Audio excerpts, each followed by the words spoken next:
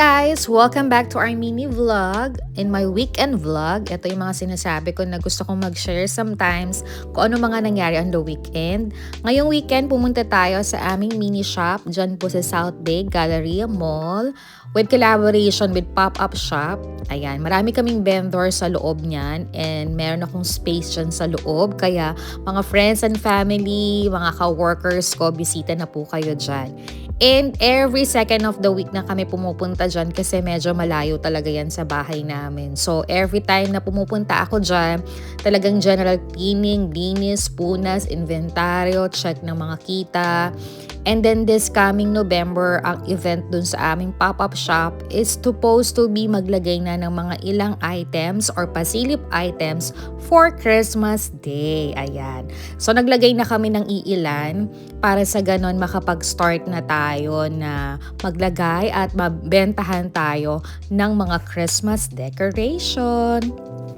Especially, I'm so thankful and grateful every time na pumupunta kami dyan kasi ang asawa ko talaga ay very helpful sa pag-aayos, lalo na yan sa maniki. Nakikita nyo naman sa mga pictures. Since nag-start kami ng business, is very helpful talaga.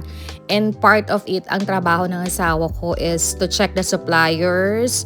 May mga inventory kami sa mga computers, emails, update, at saka yung mga kinikita namin. Siya talaga ang nagme-maintain doon. At kung ano ang mga what we call puhunan na pwede pa namin ilabas. Syempre, we almost half year pa lang dito sa collaboration sa pop-up shop at napansin namin for a couple of months, kumikita naman po kami at yung iba po ay nabawi na namin. Thankful, grateful, and happy kahit maliit lang yung mini shop namin. Syempre, sometimes you're not expecting anything, lalo na wala naman ako masyadong friends dito sa Amerika na talagang pupunta sa shop ko. Although I have friends and family, pero iba't iba po kami ng states dito sa Amerika. So, I'm so happy to build a new friends, family na talagang sumusuporta sa mga cute items ko from Korea, Bangkok, and Philippines. And some of them meron din dito sa Amerika. Ayan. Ayan yung mga items ko for Christmas. I'm so very happy. Alam niyo naman ako, very cute ang mga gusto ko, mga kikay. And natutuwa ako kasi nabebentahan po tayo.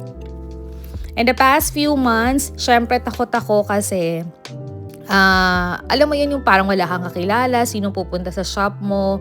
But I'm so thankful and grateful kasi talagang you have to trust on process din palagi. Talagang palagi, no? Palaging on process. Huwag tayong mawawalan talaga ng pag-asa. Huwag tayo laging mawawalan ng pag-asa. Talagang palaging ang lesson ko dito for almost 4 years to 3 years na akong may shop, na almost 3 times na rin akong nakalipat ng collaborations. Doon ko na-realize na talaga yung faith mo and yung fashion mo, yung talent mo and love mo sa ginagawa mo, kikita ka rin talaga. Hopefully, I always manifest at pinipray ko na someday I have a big shop na ako na magpapaupa. Walang imposible doon, but this time, nagtatrabaho pa rin po ako and I have priority. Syempre, ibang buhay to sa Amerika. But I'm so thankful and grateful kung anong masang-masang inumpisahan ko sa Pilipinas, mas na dobling blessing ako dito sa Amerika. So, kontento and very happy po ako sa blessing na na-receive ko kasi I build my own business na ang dami ring nangangarap ng ganito. Lalo na napakahirap ng buhay dito sa Amerika kung paano mo hahanapin yung mga bagay na to para makapag-start ka.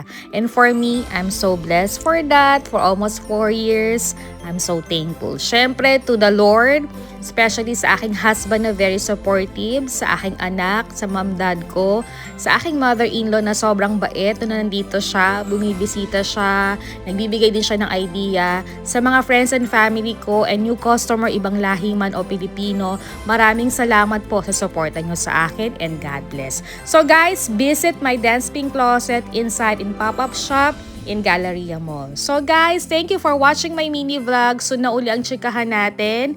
In advance, Merry Christmas sa inyong lahat and God bless. I love you guys. See you again in my next vlog. Don't forget to like, to share, to comment, and subscribe our channel. Bye! Happy weekend!